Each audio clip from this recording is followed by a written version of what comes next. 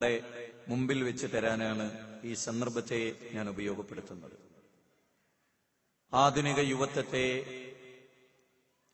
അതിന്റെ കർമ്മശേഷിയെ, എന്താണ് ആധുനിക യുവത്വത്തിന്റെ ധർമ്മവും നിയോഗവും എന്താണ് എന്നതാണ് അല്പസമയം ഞാൻ നിങ്ങളോട് സംസാരിക്കുന്നത്. ലോകത്തിലെ ഏറ്റവും ത്രസിപ്പിക്കുന്ന യുവത്വമാണ് ബ്രസീലിന്റെ ഫുട്ബോൾ ഗ്രൗണ്ടിൽ ലോകത്തുള്ള മഹാഭൂരിപക്ഷം വരുന്ന യുവാക്കളുടെ സിരകളിൽ ചൂടുപിടിപ്പിച്ചുകൊണ്ട് കടന്നുപോകുന്ന ഫുട്ബോളിന്റെ ജ്വരവും, മറ്റൊരു ലോകത്ത് മയക്കുമരുന്നുകളുടെയും മദ്യപാനത്തിന്റെയും ആധുനികമായ വൃത്തികേടുകളുടെയും സൈബർ കുറ്റകൃത്യങ്ങളുടെയും ലോകത്ത് ഒരു പറ്റം യുവാക്കൾ ജീവിച്ചുകൊണ്ടേ പോകുന്നു. ജനിച്ചുപോയി എന്ന കാരണം കൊണ്ട് ജീവിച്ചു തീർക്കണമല്ലോ എന്ന് കരുതി ജീവിതത്തെ വേണ്ട വിചാരമില്ലാതെ കാണുന്ന ഒരു വലിയ ജനപദത്തെ ലോകത്തിന് മുമ്പിൽ നമ്മൾ കണ്ടുകൊണ്ടിരിക്കുകയാണ്. ഇന്ത്യ എന്ന് പറയുന്ന രാജ്യത്തിന്റെ ഏറ്റവും വലിയ സമ്പത്ത് എന്താണെന്ന് ചോദിച്ചാൽ ഹ്യൂമൻ റിസോഴ്സാണ്, മാനവ വിഭവശേഷി എന്ന് മലയാളീകരിച്ച് പറയാൻ പറ്റുന്ന നമ്മുടെ മാനവ വിഭവശേഷി. ലോകരാജ്യങ്ങളെ ഏറ്റവും കൂടുതൽ ഭയപ്പെടുന്നത് ഇന്ത്യയുടെ മാനവ വിഭവശേഷിയെയാണ്. ലോകത്തിന്റെ ചരിത്രങ്ങളെ തിരിച്ചുവിട്ടതും ചരിത്രങ്ങളെ ആവർത്തിച്ചതും ചരിത്രങ്ങളെ ശ്രദ്ധേയമാക്കിയതും യുവത്വമായിരുന്നു എന്ന് നമുക്കൊക്കെ അറിയാം.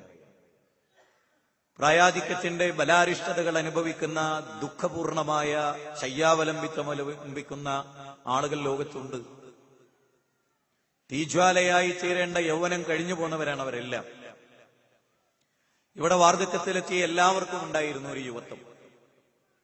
ആലോചിച്ചു നോക്കിയിട്ടുണ്ടോ? കഴിഞ്ഞ ഇന്നലകളെ കുറിച്ച് സമ്പന്നമായ ഒരു യൗവനം, പ്രശംസാവഹമായ ഒരു യൗവനം, ആനന്ദദായകമായ ഒരു യൗവനം, നാടിനും സമൂഹത്തിനും കുടുംബത്തിനും ഉപകാരദായകമായ ഒരു യൗവനം ഓർത്തെടുക്കാനുണ്ടായിരുന്നുവോ നമുക്ക് എന്നൊന്ന് ആലോചിച്ചു നോക്കിയേ. ഈ ഭൂമുഖത്ത് ജനിച്ചു വളർന്നു, തിന്നും കുടിച്ചും ഭോഗിച്ചും ആനന്ദിച്ചും ആർത്തുല്ലസിച്ചും അട്ടഹസിച്ചും ആളുകൾക്കൊക്കെ തലവേദനയായും ജീവിച്ച ഒരു യൗവനം ഉണ്ടായിരുന്നു കഴിഞ്ഞ ഇന്നലകളിലും ഇന്നും തുടർന്ന് ലോകത്ത്. കഴിഞ്ഞ ദിവസം ഒരു ഹർത്താൽ നടന്നുകൊണ്ടിരിക്കവേ ഹോസ്പിറ്റലിൽ അത്യാവശ്യമായി പോകണമെന്ന് ഡോക്ടർ വിളിച്ചു പറഞ്ഞപ്പോ വളരെ വേഗത്തിൽ പോവുകയായിരുന്നു ഞാനും എന്റെ അനുജനുമില്ല. അന്ന് ഇവിടെ ഒരു കേഡർ സ്വഭാവമുള്ള പാർട്ടിയുടെ ഹർത്താലിൽ ഞങ്ങൾ തടുക്കപ്പെടുകയും ഞങ്ങളുടെ താടിയെ പരിഹസിക്കുകയും മദ്യപാനികൾ ഞങ്ങളെ മർദ്ദിക്കാൻ ശ്രമിക്കുകയും ആക്രമിക്കുകയും ഒക്കെ ചെയ്യാൻ ശ്രമിക്കുകയും ചെയ്ത ഒരു രംഗം ഞാൻ ഓർക്കുകയാണ്. അനാവശ്യങ്ങൾ മാത്രം പറയുന്ന, തോന്നിവാസം മാത്രം പറയുന്ന, നല്ല ചിന്തകളില്ലാത്ത, ഹോസ്പിറ്റലിലേക്കാണ് പോണതെന്ന് പറഞ്ഞാൽ മനസ്സിലാകാത്ത ഒരു ചടുലമായ, അല്ലെങ്കിൽ ജീവിതത്തിൽ യാഥാർത്ഥ്യപൂർണമായി തീരേണ്ട, നോക്കിക്കാണേണ്ട ഒരു യൗവനത്തിന് പകരമായി അപമാനവികരണത്തിന് ആക്കം കൂട്ടുന്ന അക്രമാസക്തമായ വൈകാരികമായ ഒരു യൗവനമാണ് ലോകത്ത് ഇന്ന് നിലനിൽക്കുന്നത്. ശാന്തമായി ആലോചിക്കാൻ പറ്റിയ ഒരു ഓഡിറ്റോറിയത്തിന്റെ സുന്ദരമായ ഒരു സംവിധാനത്തിൽ നിന്നുകൊണ്ടാണ് ഞാനും നിങ്ങളും ഇവിടെ പങ്കെടുക്കുന്നതും ഞാൻ സംസാരിക്കുന്നതും നിങ്ങളുടെ ഹൃദയത്തിൽ തട്ടി ഇത് കേൾക്കുന്നതും എല്ലാം. നാം എന്തിന് ജീവിക്കുന്നു എന്ന് കൃത്യമായി നിർവചിക്കാതെ, ജീവിതത്തിലെ യൗവനമായാലും ബാല്യമായാലും വാർദ്ധക്യമായാലും എന്തിന് ജീവിക്കുന്നു എന്ന പരമമായ ലക്ഷ്യമില്ലാതെ മനുഷ്യജീവിതത്തെ നാം വിചാരിച്ച പോലെ രചനാപരമായി അതിനെ സംഘടിപ്പിക്കാൻ സാധ്യമല്ല. കൗടംബിക ശൈഥല്യങ്ങൾ വർദ്ധിച്ചു വരുന്ന ആധുനിക ലോകത്ത്, പ്രതീക്ഷകൾ നഷ്ടപ്പെട്ടു പോയ ആധുനിക ലോകത്ത്, മാതാപിതാക്കൾക്ക് വേണ്ടത്ര പരിഗണന നൽകാത്ത യുവാക്കൾ വളർന്നു വരുന്ന ആധുനിക ലോകത്ത്, മോനെ ആശ്വാസം നൽകാൻ ഇങ്ങ് വാ എന്ന് പറഞ്ഞാൽ ആശ്വാസം നൽകേണ്ട മകൻ മാതാപിതാക്കളെ മർദ്ദിച്ചൊതുക്കി അവശരാക്കി കടന്നുപോകുന്ന ആധുനിക ലോകത്ത്, എവിടെ നോക്കിയാലും മൊബൈലുകളിലും ഇന്റർനെറ്റുകളിലും അതുപോലെ ആധുനിക സംവിധാനങ്ങളിലും സെക്സാസ്വാദനമാണ്, കമിതാക്കളുടെ കൂടിച്ചേരലുകളാണ്, അവർ തമ്മിലുള്ള ലയനമാണ്, ജീവിതത്തിന്റെ ലഹരിയും മൂടുംപാവും എന്ന് വിചാരിച്ച ഒരു തലമുറ ഇവിടെ ജീവിച്ച് കഴിഞ്ഞു പോകുന്നുണ്ട്. അവരെ മോചിപ്പിച്ചെടുക്കാൻ എവിടെ? ഒരു പുതിയ യൗവനം എവിടെ? ഒരു പുതിയ ചരിത്രപരമായ ഇടപെടലുകൾ എവിടെ എന്നത് ഗൗരവമായി നാം ആലോചിക്കേണ്ടതുണ്ട്. ഉണർന്ന് സടകുടഞ്ഞെഴുന്നേറ്റ് ചിന്താബന്ധുരമായ ഒരു ലോകത്തെക്കുറിച്ചുള്ള സങ്കല്പങ്ങളിൽ നിന്നുകൊണ്ട് പ്രാമാണികമായ ഒരു ജനതയെ നേരിടുവാനും നഷ്ടപ്പെട്ടു പോയ അവരുടെ ചിന്തകളെ വീണ്ടെടുക്കുവാനും ഉജ്ജ്വലമായ ജീവിത സംവിധാനങ്ങളെ അവർക്ക് കാണിച്ചു കൊടുക്കാനും അർത്ഥപൂർണമായ ജീവിതത്തിലൂടെ ലോകത്ത് പലതും നേടാനുണ്ട് ഞങ്ങൾക്ക് എന്ന തിരിച്ചറിവിലേക്ക് ഒരു ജനപദത്തെ കൊണ്ടുവരാൻ എനിക്കും നിങ്ങൾക്കും എന്ത് ചെയ്യാനുണ്ട് എന്ന സഗൗരവമായ ISM ഒരുക്കുന്ന ഈ ചിന്താപരമായ ഈ ഒരു മേഖലയുണ്ടല്ലോ, ഈ ഒരു ആദർശപരമായ കൂട്ടായ്മയുണ്ടല്ലോ, അവിടെ നമുക്ക് ആലോചിക്കാൻ, പുകവലിക്കാത്ത, മയക്കുമരുന്നിനടിമപ്പെടാത്ത, സിനിമ കാണാത്ത, സീരിയൽ ആസ്വദിക്കാത്ത, അനാവശ്യമായ വിനോദങ്ങളിൽ ഏർപ്പെടാത്ത, വമിനന്നാസി മയ്യസ്തരി ലഹുവൽ ഹദീസ് ലിയുദില്ല അൻ സബീലില്ലാഹി ബിഗൈരി ഇൽമിൻ വയത്തഖിദഹാ ഉസ്വ ഉലൈക ലഹും മദാബും മുഹീൻ എന്ന ഖുർആനിക വചനം സ്വാധീനിച്ച് സംഗീതത്തിന്റെ അർത്ഥപൂർണമില്ലാത്ത അർത്ഥശൂന്യമായ ലോകത്ത് നിന്ന് മോചിതമായി ജീവിതത്തിന്റെ ഓരോ സെക്കൻഡും ഫലപ്രദമായി ചെലവഴിക്കാൻ എവിടെയൊരു യൗവനം എന്ന് നാം ചോദിക്കുകയാണ്. ആ ചോദ്യം വളരെ പ്രസക്തമാണ്. എന്തിനാണ് ഇന്നത്തെ യുവാക്കൾ ജീവിക്കുന്നത് എന്നത് ഗൗരവമായി ചോദിക്കേണ്ട ചോദ്യമാണ്. എന്തിന് നാം ജീവിക്കുന്നു? ഇതര ജീവവർഗങ്ങളിൽ നിന്ന് വ്യത്യസ്തമായി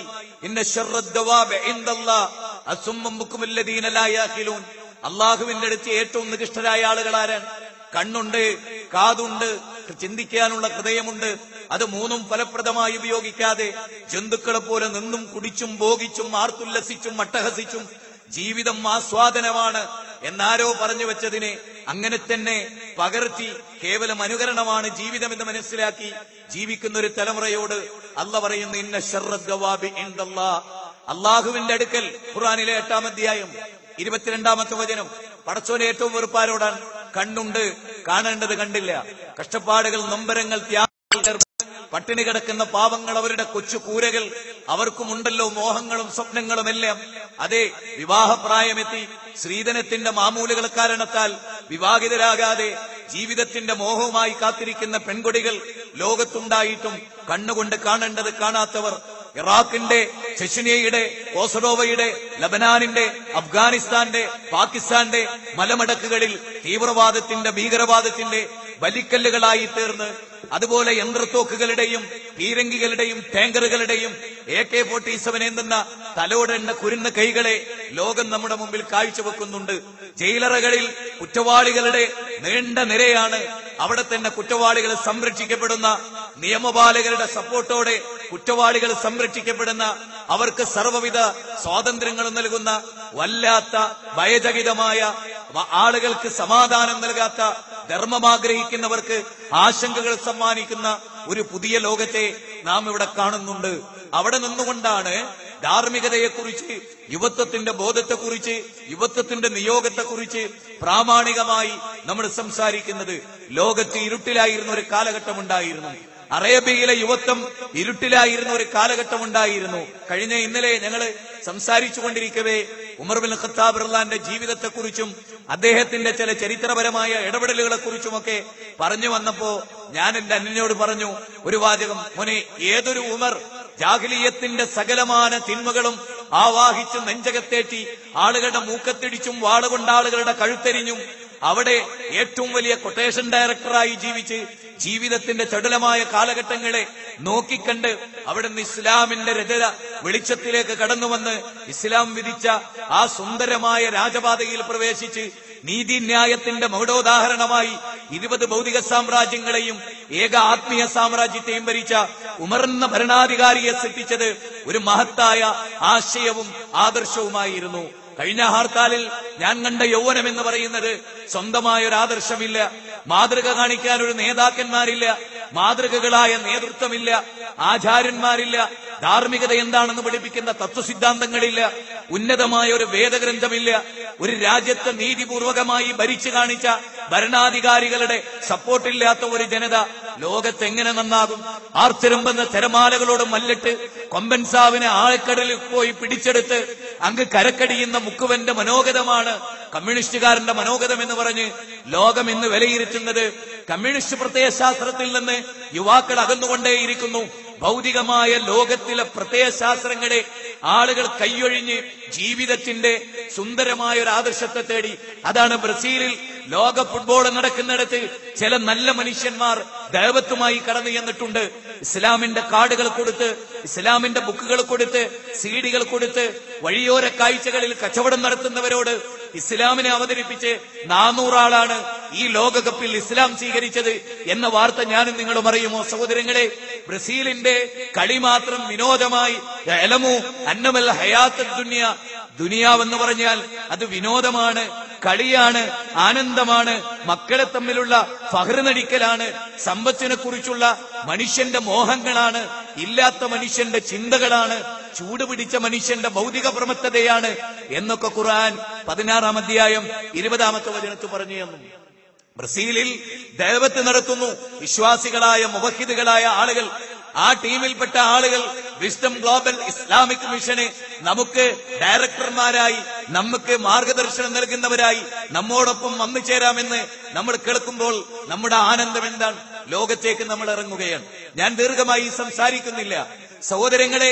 നമ്മുടെ യൗവനം, ഞാനും നിങ്ങളും ഉൾക്കൊള്ളുന്ന ഈ യൗവനം, നമ്മുടെ എനർജറ്റിക്കായ നമ്മുടെ മനസ്സ് അതെന്തിനു വേണ്ടി ചെലവഴിച്ചു എന്നത് വളരെ പ്രധാനമാണ്. യുവത്വത്തെക്കുറിച്ചുള്ള ചോദ്യമുണ്ടെന്ന് ഹബീബുനാ റസൂലുള്ളാഹി സ്വല്ലല്ലാഹു അലൈഹി വസല്ലം, ജീവിതത്തിൽ കള്ളം പറയാത്ത പ്രവാചക തിരുമേനി മക്കയിൽ വന്നു. യുവാക്കളെ നോക്കി യാ മഅ്ശറ ശബാബ് എന്ന് യുവാക്കളെ വിളിച്ചു. അവരെ വിളിച്ചുകൊണ്ട് കാര്യങ്ങൾ പറഞ്ഞു.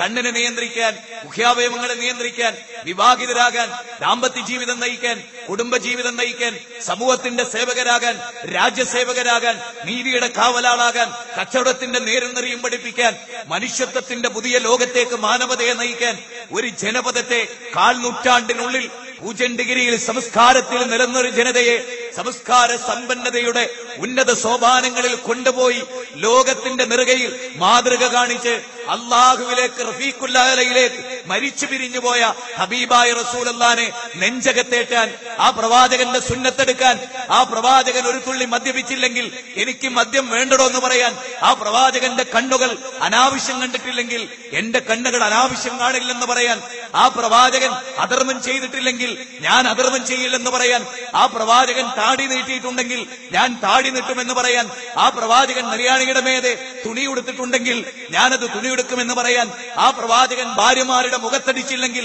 ഞാനത് ചെയ്യില്ലെന്ന് പറയാൻ, അള്ളാഹുവിന്റെ റസൂല് കൊണ്ടുവന്നതിനെ സ്വീകരിക്കാനും അള്ളാഹുവിന്റെ റസൂൽ ഉപേക്ഷിച്ചതിനെ ഉപേക്ഷിക്കാനും പ്രാപ്തമായ ഒരു ജനപദം എങ്ങനെ ഉണ്ടായി? അലി ഇബ്നു അബീ ത്വാലിബ് എങ്ങനെ ഉണ്ടായി? ഇബ്നു അബ്ബാസ് എങ്ങനെ ഉണ്ടായി? ഉമർ ഇബ്നു ഖത്താബ് എങ്ങനെ ഉണ്ടായി? അബ്ദുല്ലാഹ് ഇബ്നു സുബൈർ എങ്ങനെ ഉണ്ടായി? ഖബ്ബാബ് എങ്ങനെയുണ്ടായി? ഖുബൈബ് എങ്ങനെയുണ്ടായി? എങ്ങനെയുണ്ടായി സുഹൃത്തുക്കളെ? ജഅഫർ ഇബ്നു അബീ ത്വാലിബ് നേഗസ് രാജാവിന്റെ കൊട്ടാരത്തിലേക്ക്, റുസ്തമിന്റെ കൊട്ടാരത്തിലേക്ക് റബീ ഇബ്നു ആമിർ എങ്ങനെ കയറി ചെന്നു? എങ്ങനെ അവർക്ക് പ്രാപ്തിയുണ്ടായി? കറുത്ത കഷ്ണം പുതപ്പ് പുതച്ച് മെലിഞ്ഞ ശരീരവുമായി ഉന്നതമായ ഹൃദയവുമായി റുസ്തമിന്റെ കൊട്ടാരത്തിലേക്ക് കുതിരയെ കടിഞ്ഞാണും പിടിച്ച് അവന്റെ സിംഹാസനത്തിന്റെ തൊട്ടുതായെ കൊണ്ടുപോയി നിർത്താൻ എങ്ങനെ റബീ ഇബ്നു ആമിറിന് സാധിച്ചു? ഉന്നതമായ ഒരു ആദർശം, ഉന്നതമായ ഒരു ആശയം, ഉന്നതമായ ഒരു തത്വം. സുബ്ഹാന ജല്ല ജലാലുഹു. അതുണ്ടാവാതെ അറിയണമെങ്കിൽ, അതിന്റെ മാഹാത്മ്യം തൊട്ടറിയണമെങ്കിൽ കുറച്ചൊരു പ്രയാസം. പാതിരാത്രികളുടെ അന്തിയാമങ്ങളിൽ ഖുർആനിന്റെ വചനങ്ങളിലൂടെ കണ്ണോടിക്കുന്നവർക്ക് കിട്ടും. സലഫ് സ്വാലിഹ്യങ്ങൾ പറഞ്ഞിട്ടുണ്ട്, നിങ്ങൾക്ക് പ്രതിസന്ധിയുണ്ടോ? നിങ്ങൾ അന്ന് ഖുർആൻ ധാരാളമായി ഓതിക്കോളൂ. നിങ്ങൾക്ക് പ്രതിസന്ധിയുണ്ടോ? നിങ്ങൾ വിശുദ്ധ ഖുർആനിനെ ധാരാളമായി ഓതിക്കോളൂ, പാരായണം ചെയ്തോളൂ എന്ന് അല്ലാഹു സുബ്ഹാനഹു വ തആല പറഞ്ഞിട്ടുണ്ട്. സഹോദരങ്ങളെ, നബി സല്ലല്ലാഹു അലൈഹി വസല്ലം മക്കയിൽ വന്നു. നബി സല്ലല്ലാഹു അലൈഹി വസല്ലം ഖുർആൻ ഓതിക്കൊടുത്തു. ഖുർആൻ ജനങ്ങളെ കേൾപ്പിച്ചു. ഉഖാദയിൽ, ദുൽമജാസിൽ, മജന്നായിൽ എനിക്കറിയാം. ഖുർആൻ ഓതിക്കൊടുത്തോ ഏത് യുവാവും നോക്കും, ഏത് യുവാവും അതൊന്ന് ശ്രദ്ധിക്കും, ഏത് യുവാവും അതൊന്ന് കേൾക്കും. എറണാകുളത്ത് ഒരു പ്രസംഗം നടന്നുകൊണ്ടിരിക്കവേ, യുവാക്കേ നീ എങ്ങോട്ട് പോകുന്നു എന്ന് വെറുതെ ഒരു ചോദ്യം. ആ സന്ദർഭത്തിലാണത്രേ ഒരു യുവാവ് മദ്യഷാപ്പിലേക്ക് പോകുന്നത്. ഞാൻ അവനെ പറ്റിയല്ല, ലോകത്തിലെ എല്ലാ യുവാക്കളുടെയും പ്രതിനിധിയായി ഒരു യുവാവിനെ വിളിച്ചതാണ്. യുവാവേ നീ എങ്ങോട്ടാ പോകുന്നത്? അല്ല നിനക്ക് നൽകിയ കരൾ, അല്ല നിനക്ക് നൽകിയ ആന്തരികവയവം, അല്ല നിനക്ക് നൽകിയ ഹൃദയം, അല്ല നിനക്ക് നൽകിയ ലിവർ അതെല്ലാം കരിച്ചു സിറോസിസും വിധേയമായി മദ്യപിച്ച് ആൽക്കഹോളിന്റെ അടിമയായി ഒന്നിനും പറ്റാത്തവനായി ഓവുചാലുകൾ, റോഡ് വക്കുകളിൽ, റോഡരികുകളിൽ, റെയിൽവേ സ്റ്റേഷന്റെ കടത്തിണ്ടകളിൽ മുഖം കമഴ്ന്ന് വീണ് ഉടുതുണി ഉരിഞ്ഞ് നഗ്നനായി ലോകത്ത് വൃത്തികെട്ടവനായി നായക്ക് മൂത്രമൊഴിക്കാൻ അവസരം നൽകുന്ന വിധത്തിൽ വാ തുറന്നു കിടക്കുന്ന ഒരു യൗവനമാണോ നീ പ്രതീക്ഷിക്കുന്നത് എന്ന ഒരേ ഒരു ചോദ്യം. അത് പിന്നീട് ഞാൻ മനസ്സിലാക്കുകയാണ്. ആ ചോദ്യം കേട്ടൊരു യുവാവ്, കള്ളിഷാപ്പിലേക്ക് പോകാൻ നിന്ന യുവാവ് അവിടെ നിൽക്കുകയാണ്. അയാൾ ആ പ്രസംഗം കേൾക്കുകയാണ്. ജീവിതത്തിലേക്ക് എന്നേക്കുമായി മദ്യത്തിൽ നിന്ന് അയാൾ മുക്തനാവുകയാണ്. എവിടെയെങ്കിലും വരണ്ട മെഴുകുതിരിയുടെ വട്ടത്തിൽ സലഫുസ്സാലികൾ എഴുതിയ കിതാബ് വായിച്ച് അതിന്റെ മൂലയിൽ വിജ്ഞാനം തേടി അവിടെ തന്നെ നമസ്കരിച്ച് അവിടെ തന്നെ ഇബാദത്തും നടത്തി ലോകത്തുള്ള യൗവനത്തെ കാണാതെ ലോകത്തുള്ള മനുഷ്യരെ കാണാതെ മൂലയിൽ ചടഞ്ഞുകൂടി കഴിഞ്ഞവരല്ല അമ്പിയാക്കൾ. ഇതെന്തൊരു പ്രവാചകന്മാരാണ്! അങ്ങാടിയിൽ നടക്കുന്നു, ഭക്ഷണം കഴിക്കുന്നു, തിന്നുന്നു, കുടിക്കുന്നു, ജനങ്ങളുമായി ബന്ധപ്പെടുന്നു. പർണശാലയിൽ പട്ടുപ്പാവുകളിലേറി അവിടെ ചമ്രം പടിഞ്ഞിരുന്ന് തപസ്സാചരിച്ച് ആളുകൾക്ക് മന്ത്രത്തിന്റെ ചരടുകൾ കെട്ടിക്കൊടുത്ത് ആളുകൾക്ക് ഭസ്മം വിതറി അവിടെ കഴിഞ്ഞ് പൊലിഞ്ഞു പോയതല്ല പ്രവാചകന്മാരുടെ ജീവിതം. യുദ്ധഭൂമിയിലൂടെ യാത്ര ചെയ്ത് ഈജിപ്തിൽ, അതുപോലെ ശ്യാമിൽ, സിറിയയിൽ, ലോകത്തിന്റെ വിവിധ ഭാഗങ്ങളിൽ യാത്ര ചെയ്ത് മനുഷ്യരുള്ളയിടത്ത്, യൗവനമുള്ളയിടത്ത് അറാബുകാരോട്, ഹൂദ് സമൂഹത്തോട്, ആ സമൂഹങ്ങളോട് സംസാരിച്ച് സംവദിച്ച് ധാർമ്മികത പഠിപ്പിച്ച ആ പ്രവാചകന്മാരുടെ പാതയാണ് എവിടെ? അതെവിടെ? ആ പ്രവാചകന്മാരുടെ വഴിയിലൂടെ സഞ്ചരിക്കാൻ കൊതിക്കുന്നവരെവിടെ? ആളുകളെ പിറകോട്ട് വലിക്കുന്ന, ആളുകളെ പിന്നോട്ട് വലിക്കുന്ന, ദേവാസംരംഭങ്ങൾക്ക് കൂച്ചുവിലങ്ങിടുന്ന, ഖുർആനിന്റെ പഠനങ്ങൾക്ക് തടസ്സം നിൽക്കുന്ന ഒരു പുതിയ ലോകം നമ്മളിവിടെ കാണുന്നു. ഈ യുവാക്കളെ ആര് നന്നാക്കും? കോളേജുകളിൽ പഠിക്കുന്ന, എഞ്ചിനീയറിംഗിന് പഠിക്കുന്ന, ഡോക്ടർ വിഭാഗത്തിന് പഠിക്കുന്ന, ദീനറിയാത്ത ഭൗതിക പ്രമത്തതയിൽപ്പെട്ടവരെ ആര് നന്നാക്കും? അതിനാണ് ISM, അതിനാണ് MSM. അതേ മുജാഹിദ് സ്റ്റുഡൻസ് മൂവ്മെന്റ്, ചലനാത്മകമായ ഒരു പ്രസ്ഥാനം.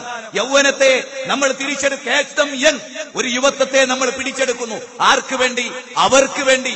അവർക്ക് വേണ്ടി. ഒരു ബഷീർ ISM-കാരനായാൽ, ഒരു സുബൈർ MSM-കാരനായാൽ അവന് വേണ്ടിയാണ് MSM ആകുന്നത്, നമുക്ക് വേണ്ടിയല്ല. കുറെ അംഗങ്ങളെ പോസ്റ്റർ ഒട്ടിക്കാൻ, നോട്ടീസ് ഒട്ടിക്കാൻ, അങ്ങനെ കുറെ ആളുകളെ നമുക്ക് ആവശ്യമില്ല.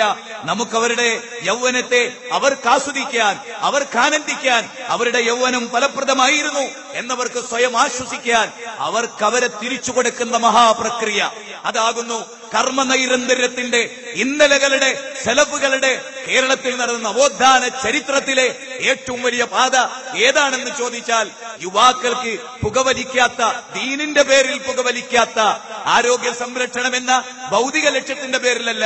ഈ പുകവലി എന്റെ നെഫ്സിനോട് ചെയ്യുന്ന ആക്രമമാണ്. എന്റെ നെഫ്സ് എന്റെ റബ്ബ് തന്ന വരദാനമാണ്. എന്റെ യൗവനം എനിക്ക് പടച്ചവൻ തന്ന ഗിഫ്റ്റാണ്, ഗിഫ്റ്റ് ഓഫ് ഗോഡ്. അതുകൊണ്ട് എന്റെ യൗവനത്തെ മദ്യപിച്ച് ഞാൻ ഹോമിച്ചു കളയില്ല. ഇല്ല, ചിന്മകളുടെ ഇരുണ്ട ഊടുവഴികളിലൂടെ യാത്ര ചെയ്ത് ഞാൻ നശിപ്പിക്കുകയില്ല. എന്റെ യൗവനത്തെ ചോദ്യം ചെയ്യുന്ന ഒരു ലോകം, എന്നെ വിചാരണ ചെയ്യുന്ന ഒരു ലോകം, എനിക്കൊരു ഹിസാബുണ്ട്. ഞാൻ എന്റെ നാഥനെ കണ്ടുമുട്ടും. ഫമൻ കാന യർജു ലിഖാ റബ്ബിഹി ഫലിയഅമൽ അമലൻ സ്വാലിഹാ വലാ ഉശ്രിക് ബിഇബാദത്തി റബ്ബിഹി അഹദാ. എന്നെ കാണുന്ന, എന്നെ അറിയുന്ന എന്റെ നാഥന്റെ മുമ്പിൽ എനിക്ക് ചെന്നു നിൽക്കാനുണ്ട്. അവിടെ ഞാൻ അമലുകളുമായവനെ കണ്ടുമുട്ടേണ്ടതുണ്ട്. അതുകൊണ്ട് എന്റെ യൗവനം എന്റെ അയൽവാസികൾക്ക് മാതൃകയാകണം, എന്റെ നാട്ടുകാർക്ക് മാതൃകയാകണം. മാധവേട്ടൻ പറയണം, അബ്ദുൽ ഖാദറിന്റെ മകൻ നാസറത നോക്കി പഠിക്ക് എന്ന് പറയാൻ സാധിക്കണം. നേരെ മറിച്ച് ദൗർഭാഗ്യകരം എന്ന് പറയട്ടെ, മുസ്ലിം യുവാക്കളോട് അവരെ ചെന്ന് കണ്ട് പഠിക്ക് എന്ന് പറയേണ്ട ദാരുണമായ, ഞാൻ ചിന്തിക്കുന്നത് ബ്രസീലിൽ പോലും, മലപ്പുറം ജില്ലയിലെ അരീക്കോട്ടുള്ള ഫ്ലക്സുകൾ അങ്ങ് ബ്രസീലിലെ ലോകകപ്പിൽ പോലും ഉണ്ടാകില്ല. നോക്ക്, ലോകരാജ്യങ്ങളിലെ ഫുട്ബോൾ താരങ്ങളുടെ നീണ്ട നിരയുള്ള ആയിരക്കണക്കിന് രൂപ മുടക്കിയ ഫ്ലക്സുകളാണ് അരീക്കോടിന്റെ, മലപ്പുറത്തിന്റെ, മലപ്പുറം ജില്ലയിൽ, കേരളത്തിൽ ഒരിടത്തുമില്ലാത്ത ഈ ഫ്ലക്സ് ആരാധന, ഈ താരാരാധന, ഇതിന് മുടക്കുന്ന സമ്പത്ത്, ഈ സമ്പത്തിനെ കുറിച്ച് നാളെ പടച്ച തമ്പുരാൻ ചോദിക്കും. അല്ലാഹുവിന്റെ റസൂലിന്റെ ഒരു വചനമെഴുതി, അത് വലുതാക്കി എഴുതി, അത് ഫ്ലക്സാക്കി തിരൂരിന്റെ കവലകളിൽ വെക്കാൻ എത്ര യുവാക്കൾ സന്നദ്ധരായി? അരീക്കോട്ടിന്റെ കഴിഞ്ഞകാല നവോത്ഥാന ചരിത്രമുള്ള അരീക്കോട്ടിന്റെ മണ്ണിൽ എത്ര യുവാക്കൾ സന്നദ്ധരായി? എവിടെയാണ് ഈ കർമ്മം, ഈ യൗവനം, ഈ തീജ്വാല എവിടെയാണ് നഷ്ടപ്പെട്ടു പോകുന്നത്? ആരാണ് അവരെ ചോർത്തിയെടുത്തത്? ആരാണ് അവരുടെ ബുദ്ധിയെ ഭ്രമിപ്പിച്ചു കളഞ്ഞത്? ആരാണ് അവരുടെ കർമ്മശേഷിയെ ചോർത്തിക്കളഞ്ഞത്? അത്ഭുതകരമാണ് ലോകത്തിന്റെ കാര്യം, അത്ഭുതകരമാണ്. അല്ലാഹുവിന്റെ റസൂൽ പറഞ്ഞു, ഇദാ ജാഅ റമദാൻ ഫുതിയത് അബ്വാബുഹാ, വാതിലുകൾ തുറക്കപ്പെടും. അസ്സമാ, ആകാശത്തിന്റെ വാതിലുകൾ തുറക്കപ്പെടും. എല്ലാ അർത്ഥത്തിലും ആകാശത്തിന്റെ വാതിലുകൾ തുറക്കപ്പെടും. ആകാശത്തിന്റെ വാതിലുകൾ കർമ്മങ്ങൾ കേറിപ്പോയി നമ്മുടെ പ്രവർത്തനങ്ങൾ സ്വീകരിക്കുന്ന ചില പ്രത്യേക സന്ദർഭങ്ങളുണ്ട് റമദാനല്ലാത്ത കാലഘട്ടങ്ങളിൽ. എന്നാൽ പരിശുദ്ധ റമദാൻ വന്നാൽ, ഇദാ ജാഅ റമദാന, പരിശുദ്ധ റമദാൻ വന്നാൽ ആകാശത്തിന്റെ വാതിലുകൾ തുറക്കപ്പെടും, കർമ്മങ്ങൾ സ്വീകരിക്കപ്പെടും. അപ്പപ്പോഴുള്ള കർമ്മങ്ങൾ അപ്പപ്പോൾ കയറിപ്പോകും. പക്ഷേ ആളുകൾ, യുവാക്കൾ എവിടെയാ? 9:30 ലോക ഫുട്ബോളിൽ, 1:30 ലോക ഫുട്ബോളിൽ, 3:30 ലോക ഫുട്ബോളിൽ തറാവീഹ് നമസ്കരിച്ചപ്പോ 5 മിനിറ്റ് അധികം ഇമാം ഖുർആൻ ഓതിപ്പോയതിന് ആക്ഷേപിച്ചവർ ഞങ്ങളുടെ ടീമിന്റെ കളിയാ മൊയ്ലിയാരെ ഓത്തുമതി എന്ന് പറഞ്ഞ് ഓടിപ്പോകുന്ന ഒരു യൗവനത്തെ തിരിച്ചു വിളിക്കുന്ന നമ്മൾ, കുൻഫിദ്ദുന്യാ കഅന്നക ഗരീബുൻ ഔ ആബിറു സബീൽ, ഈ ദുനിയാവിലെ ഒരു വഴിയാത്രക്കാരനെ പോലെ, ഒരു അപരിചിതനെ പോലെ കഴിഞ്ഞുകൂടേണ്ട, അള്ളാഹുവിനെ കണ്ടുമുട്ടേണ്ട ഈ യൗവനം ഇവിടെ ഹോമിക്കപ്പെട്ടുകൂടാ, ഈ മണ്ണിൽ നശിച്ചുകൂടാ. ഇവിടെയുള്ള മാതാപിതാക്കളോട്, ഇവിടെയുള്ള കുടുംബക്കാരോട്, ഭൂത്താപ്പ എളാപ്പ തുടങ്ങി ബന്ധമുള്ളവരോട് നമ്മുടെ മക്കളുടെ സ്ഥിതി എന്താണ്? അവരുടെ വേഷവിധാനം എന്താണ്? അവരുടെ ജീവിത സ്റ്റൈൽ എന്താണ്? അവരുടെ കൈകളിലെ 2-3 മൊബൈലുകളുടെ പ്രത്യേകത എന്താണ്? അവർ IAS പ്രായസായവരാണോ? അവർ ജില്ലാ കളക്ടർമാരാണോ? അവർ ആഭ്യന്തര വകുപ്പ് കൈകാര്യം ചെയ്യുന്നവരാണോ? എന്തിനാണ് അവർക്ക് എന്നത് ഗൗരവമായ ചിന്തയിൽ വരേണ്ടതാണ്. അവിടെയാണ് പ്രവാചക തിരുമേനിയുടെ വചനം, ഇദാ ജാഅ റമദാൻ, റമദാൻ സമാഗതമായാൽ ഫുതിയത് അബ്വാബുഹ, വാതിലുകൾ തുറക്കപ്പെടും. അൽ ജന്ന, സ്വർഗത്തിന്റെ 8 വാതിലുകൾ. സ്വർഗത്തിന്റെ 8 വാതിലുകളിൽ ഒരു വാതിൽ ബാബു ജിഹാദാൻ, ത്യാഗമനുഭവിച്ച, കഷ്ടപ്പെട്ട, വിശുദ്ധ ഖുർആൻ ഓതിക്കൊടുത്ത, അതിന്റെ പേരിൽ അടികിട്ടിയ, അതേ വജാഹിദുഹും ബിഹി ജിഹാദൻ കബീറ, വജാഹിദുഹും ബിഹി ജിഹാദൻ കബീറ. കട്ടപിടിച്ച കൂരിരുട്ടിൽ, ഷിർക്കുള്ള നാട്ടിൽ, ഷിർക്കിന്റെ കോട്ടക്കൊത്തളങ്ങൾക്കെതിരെ തൗഹീദിന്റെ ഉജ്ജ്വലമായ ആശയവുമായി സഹാബത്ത് കടന്നു ചെന്നപ്പോ അമ്മാർ പീഡിപ്പിക്കപ്പെട്ടു, യാസിർ പീഡിപ്പിക്കപ്പെട്ടു, സുമയ്യ പീഡിപ്പിക്കപ്പെട്ടു, ഖുബൈബ് റളിയല്ലാഹു അൻഹു കുരിശിലേറ്റപ്പെട്ടു, അനവധി സ്വഹാബിമാർ പീഡിപ്പിക്കപ്പെട്ടു, ജഅഫർ ബിൻ അബീ ത്വാലിബ് കൊല്ലപ്പെട്ടു, വേദനകൾ അനുഭവിച്ചു. അവർ ജിഹാദിലായിരുന്നു. അല്ലാഹുവിന്റെ ഗ്രന്ഥം ഓതിക്കൊടുത്ത ജിഹാദ്, ആദർശം പഠിപ്പിച്ച ജിഹാദ്. നാട് വിട്ടു പോകേണ്ടി വന്നപ്പോൾ നാട് വിട്ടുപോയവർ, അതേ വിശുദ്ധ ഖുർആൻ അം ഹസിബ്തും അൻ തദ്ഖുലുൽ ജന്ന വലമ്മാ യഅലമില്ലാഹു അല്ലദീന ജാഹദൂ മിൻകും വയഅലമസ് സാബിരീൻ. വല്ലാത്തൊരു വാക്ക്, സൂറത്തു ആൽ ഇംറാൻ 142-ാമത്തെ വചനം. അതല്ല എളുപ്പത്തിൽ സ്വർഗത്തിലേക്ക് കടന്നു കളയാം എന്ന് നിങ്ങൾ വിചാരിക്കുന്നുണ്ടോ? നിങ്ങൾ വിചാരിക്കുന്നുണ്ടോ അങ്ങനെ എളുപ്പത്തിൽ സ്വർഗത്തിലേക്ക് പോകാം എന്ന് നിങ്ങൾ വിചാരിക്കുന്നുണ്ടോ? വല്ലാത്തൊരു ചോദ്യം. നിങ്ങളിൽ ആരൊക്കെയാണ് ജിഹാദിലേർപ്പെടുന്നത്? നിങ്ങളിൽ ആരൊക്കെയാണ് ക്ഷമ അവലംബിക്കുന്നത് എന്ന് പരീക്ഷിക്കാതെ സ്വർഗ കവാടം കടന്നു പോകാൻ നിങ്ങൾക്ക് സാധ്യമല്ല. ദുനിയാവിന്റെ പളപളപ്പുകളിൽ, ഐശ്വര്യങ്ങളിൽ തിന്നും കുഴിച്ചും പരിശുദ്ധ റമദാൻ പട്ടിണി കിടക്കുന്ന മാസമാണ്. ഭക്ഷണം കുറയേണ്ട മാസമാണ്. ഏറ്റവും കൂടുതൽ തിന്നുന്നവർ നമ്മളായി തീർന്നിരിക്കുന്നു. ഏറ്റവും കൂടുതൽ ഉപേക്ഷിക്കുന്നവർ നമ്മളായി തീർന്നിരിക്കുന്നു. ഏറ്റവും വലിയ ദുർത്തന്മാർ നമ്മളായി തീർന്നിരിക്കുന്നു. നമുക്ക് പരലോകബോധം നഷ്ടമായി പോകുന്നു. സഹോദരി, സഹോദര, ഒരു യൗവനം അല്ല തന്നു, ഒരു യുവത്വം അല്ല തന്നു, ഒരു യുവതിക്ക് ആ പ്രായം അല്ല തന്നു. എന്തേ ചെലവഴിച്ചത്? എന്തേ ചെയ്തത്? എന്ത് ത്യാഗമാണ് അനുഭവിച്ചത്? അത് അല്ല തന്ന നിഅമത്താണ്. ആ നിഅമത്തിനെ കുറിച്ച് ചോദിക്കും. സുമ്മ ലതുസ്അലുന്ന യൗമൈദിൻ അനിൻ നഗീബ്. ഒരു തണുത്ത ഗ്ലാസ് പച്ചവെള്ളം കുടിച്ചപ്പോഴാ ഹബീബായ റസൂലുള്ളാഹി പറഞ്ഞത്, ഈ ആയത്ത് പറഞ്ഞത്, അനുചരന്മാരെ ഓർമ്മപ്പെടുത്തിയത്, അബൂബക്കർ, ഉമർ ബിൻ ഖത്താബ് റളിയല്ലാഹു അൻഹു അജ്മഈൻ അവരെ ഓർമ്മപ്പെടുത്തിയത്. നമ്മൾ എന്ത് ചെയ്തു? നമ്മൾക്ക് എന്ത് ചെയ്യാൻ കഴിയും? ഈ റോട്ടിലിറങ്ങി ജനങ്ങൾക്കിടയിലേക്ക് നമുക്ക് ചെല്ലാൻ സാധിക്കുമോ? ജനങ്ങളിലേക്ക് ഇറങ്ങി ചെല്ലാൻ സാധിക്കുമോ? ഭയപ്പാടില്ലാതെ ഒരു ഉന്നതമായ ആദർശം കയ്യിലുണ്ട് എന്ന ബോധത്തോടെ യുവത്വത്തെ സമീപിക്കാൻ സാധിക്കുമോ? നിങ്ങൾ ചോദിച്ചോ ധൈര്യമായി. എന്റെ അനുഭവങ്ങളാണ് ഞാൻ പറയുന്നത്. യുവാവേ, നീ എന്തിന് ജീവിക്കുന്നു? കറക്റ്റ് ഉത്തരം ചെയ്യാൻ സാധിക്കുമോ? നിന്റെ ലക്ഷ്യം എന്താണ്? കൊയങ്ങിപ്പോയി ജനങ്ങൾ, ഉറപ്പാണ്. ഞാൻ കഴിഞ്ഞ ദിവസം യാത്രയിൽ ഒരാളോട് ചോദിച്ചു, നിങ്ങൾ ദൈവവിശ്വാസിയാണോ? അയാൾ പറഞ്ഞു, അതെ. ശക്തനായ ദൈവവിശ്വാസിയാണോ? അതെ. നിങ്ങളുടെ ദൈവം ആരാ? അയാൾക്ക് മിണ്ടാട്ടമില്ല, ഞെട്ടിപ്പോയി. ആരാ നിങ്ങളുടെ ദൈവം? ഞാൻ അയാളോട് ഇടക്ക് കയറി ഒരു വാചകം കൊണ്ട് പറഞ്ഞു, ഞാൻ ശക്തനായ ഒരു ദൈവവിശ്വാസിയാണ്. എന്റെ ദൈവം നിങ്ങളെയും എന്നെയും 714 കോടി മനുഷ്യരെയും ആകാശഭൂമികളെയും സർവ്വചരാചരങ്ങളെയും സൃഷ്ടിച്ച പരമകാരുണികനായ, അദ്വിതീയനായ, അനുപമനായ, അളവറ്റ ദയാവരനായ ലോകത്തിന്റെ സൃഷ്ടാവാണ് എന്റെ ദൈവം. ഇനി പറഞ്ഞോളൂ, നിങ്ങളുടെ ദൈവം ആരാണ്? വളരെ എനിക്ക് പറയാനില്ല. എന്റെ ദൈവം ഇതൊന്നല്ല. എന്റെ ദൈവം ഒരു ലോക്കലാണ്. ഇല്ല സുഹൃത്തുക്കളെ, ഞാൻ ഉറച്ചു പറയുന്നു, ഹുവല്ലദീ അർസല റസൂലഹു ബിൽ ഹുദാ വദീനിൽ ഹഖ് ലിയുദ്ഹിറഹു അലദ്ദീനി കുല്ലിഹി ലിയുദ്ഹിറഹു അലദ്ദീനി കുല്ലിഹി വലൗ കരിഹൽ മുശ്രികൂൻ. എല്ലാ ദർശനങ്ങളെയും അതിജയിക്കുന്ന സമുന്നതമായ ഒരു ദർശനത്തെ റസൂലിലൂടെ അള്ളാഹ് നമുക്ക് അവതരിപ്പിച്ചു. ആ ദർശനം കയ്യിലുള്ളവന് ഭയപ്പാടോ, ഓന് നിരാശയോ, ഓൻ എല്ലാത്തിനും പുറകോട്ട് പോവുകയും. നിങ്ങളോട് ഞാൻ ഒരു കാര്യം പറയാം. മഹാന്മാരായ സഹാബിമാർ വിശുദ്ധ ഖുർആൻ നേർക്ക് നേരെ ഓതി, വിശുദ്ധ ഖുർആനിന് റസൂൽ നൽകിയ അർത്ഥം അവർ പഠിച്ചു, പ്രവാചകന്റെ വചനങ്ങൾ അവർ കൃത്യമായി കേട്ടു. കേൾക്കാത്തവർ കേട്ടവരോട് ചോദിച്ചു പഠിച്ചു. എന്നിട്ടും കിട്ടാത്തവർ എവിടെയാണോ അതുള്ളത്, എത്ര മാസം ചെല്ലണമോ അത്ര ചെന്നത് പഠിച്ചു, മനസ്സിലാക്കി, അതിനനുസരിച്ച് അവർ ജീവിച്ചു. അവർ സ്വർഗാവകാശം. മനസ്സിലായോ? നമ്മളും അത് ചെയ്താൽ മതി. അള്ളാന്റെ ഖുർആനിനേക്കാളപ്പുറത്ത് പണ്ഡിതന്മാരുടെ കൗല് വരുന്ന ഒരു കാലഘട്ടം. ഇന്നാള് പറഞ്ഞു, ഇന്ന് ശൈഖ് പറഞ്ഞു, ഇന്നാള് പറഞ്ഞു എന്ന് പറഞ്ഞാൽ അതിനാണ് പ്രാധാന്യം. അള്ളാഹുവിന്റെ ഗ്രന്ഥം വിശാലമായി മനുഷ്യന് വിട്ടുകൊടുത്ത മേഖലകൾ വളരെ റിജിഡായി ഒരു ഊശ്വര ഹൃദയം പേറി ഒരു ജനത ഇവിടെ വളർന്നു വരികയാണ്. അതും യൗവനമാണ്.